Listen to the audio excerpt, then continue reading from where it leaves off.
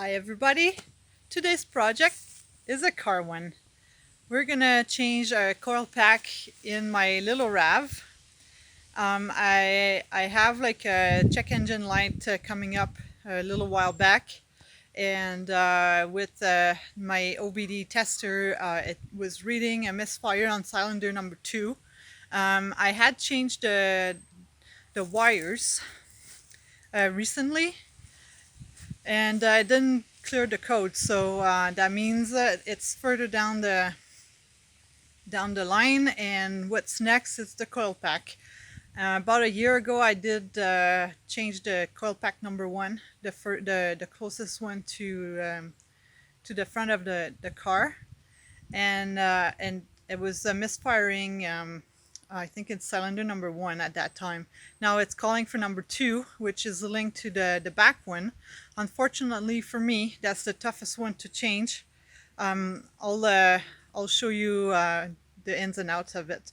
I'm no mechanic, but I've learned to do a few things by myself.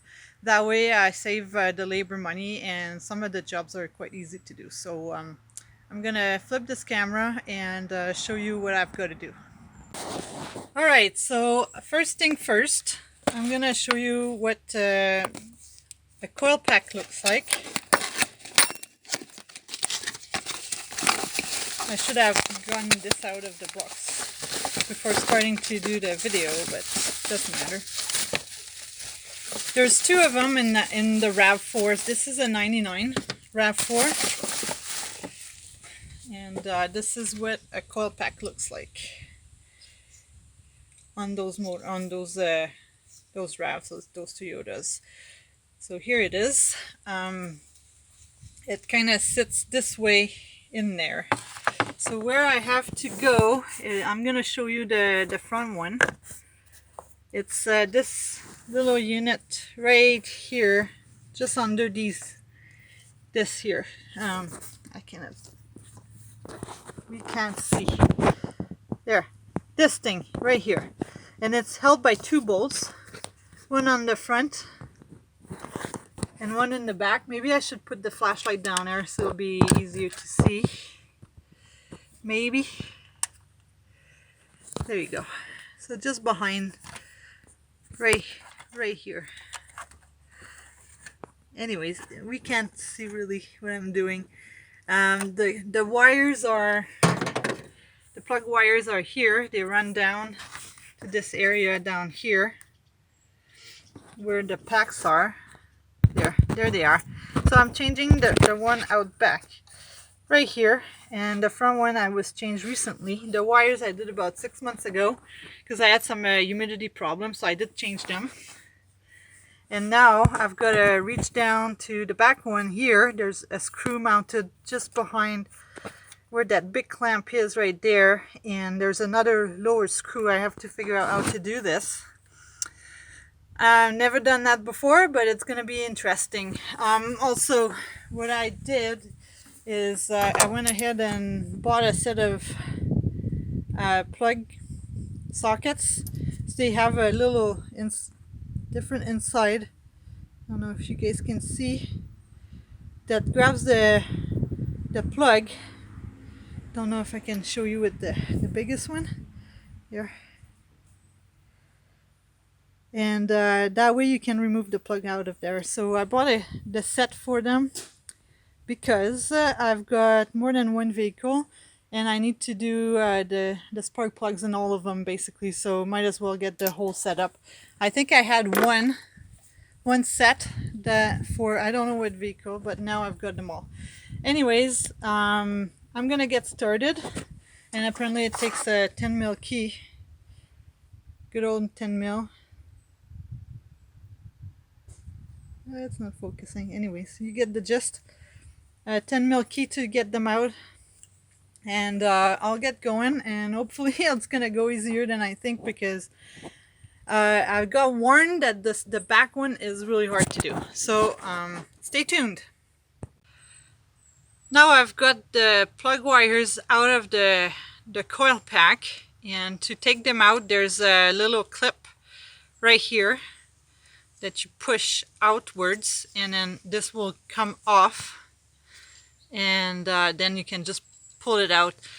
A thing to remember is the order in which you took them out, so you don't get confused and plug the wrong one at the wrong place. So in this case, these cables were already marked, and I know that the second cylinder was plugged in onto the first slot, and the number 3 was onto the second one. So I'm gonna keep them aside over here for now. So if I need to take the ones out of the first to access the back one, then I know I can put them at the front end here. So that'll be easier to remember in which order they came. And also basically I can follow 1, 2, 3, 4, 5. 4, 5. It's a 4-cylinder. Duh. 1, 2, 3, 4. So then you can follow where they go on the wire. I wired them that way. So 2, and then 3, and then 4. This one. So they go the right direction right from here. So I know where they go. Anyhow, if it's not marked, you can place some kind of masking tape and write numbers in them, and then it's easier to remember where they go. So I need to get the clip back there out of the way. So now I went and got my pry screwdriver. Sorry about the delay. I ran out of card. I seem to do that often. So I managed to do it. It took me, I don't know, 20 minutes to figure it out. So how I did it is I took this air system out of there. I unclamped this guy here and also this one here. So removing this whole part here with the air, it allowed me to access by the back area.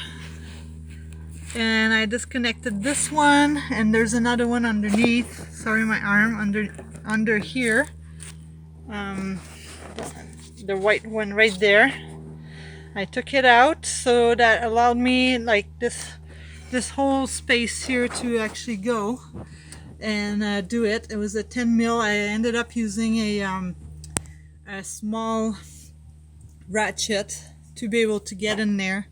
One of the bolts broke off here, so I'm gonna have to replace this. And other than that, things are pretty good.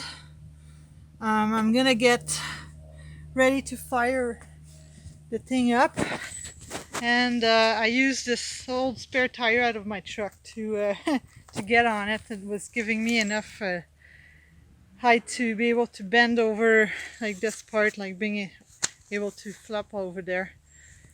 Alright, so let's get in the car, and I've got my code reader right here. We're going to see what it says.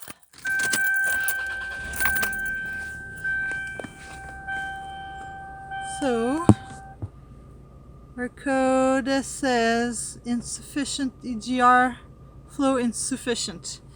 Alright, so it cleared the code for the misfiring, and I tried to clear it, and I cannot clear it. So now I'm gonna probably need to change that sensor too. Turn this off. And I do realize that I don't have my spark plugs in here, so I went on Rock Auto and put some in my cart, and that's why I wanted to check with my code reader to find out if I had any other problems, so I can put the other stuff in my cart. So where do the reader plugs in? Right there, underneath the dash. It's by the center console right here and under there. So it just kind of goes in there, plugs in, and then it reads the codes. So now this is unplugged, I can take it inside. I was reading about it for the EGR code, and it has to do with either this, but usually they say this is not what's faulty, and the part that's faulty is somewhere down there along the firewall. And I've heard that it is easier to access if you lift your car up and you go underneath. So I think I'm gonna go ahead and order that part. I need to clean that battery too. It's kind of leaking. I had it tested and it tests good, so this is what it is. And other than that, I would have to check my air box, see if everything's okay. And I'm gonna also check on those two, make sure they're clean and that they're good. But apparently this is the solenoid that's not good usually. So I'm gonna go ahead and order these parts. I hope you enjoy this sort of tutorial by a wannabe person that does mechanic on their cars. And stay tuned for the next part. Just a side note, spark plugs, they live under these caps here. You just basically pull them out.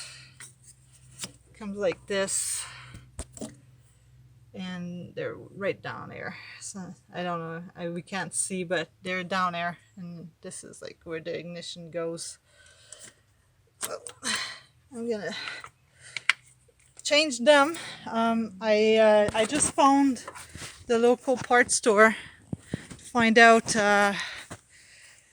what price it was, and compared to rockauto.com, and it's definitely cheaper on Rock Auto. So I'm gonna order them from them, even with the shipping. I mean, I'm saving almost $25 compared to the local parts store. Anyhow, long story short, I'm gonna have to go order these parts, and then when they arrive, I'm gonna try and figure out my way through this this solenoid sensor. And I bet that code has been there for a while, so we'll see. Thanks for watching, and I hope to see you soon.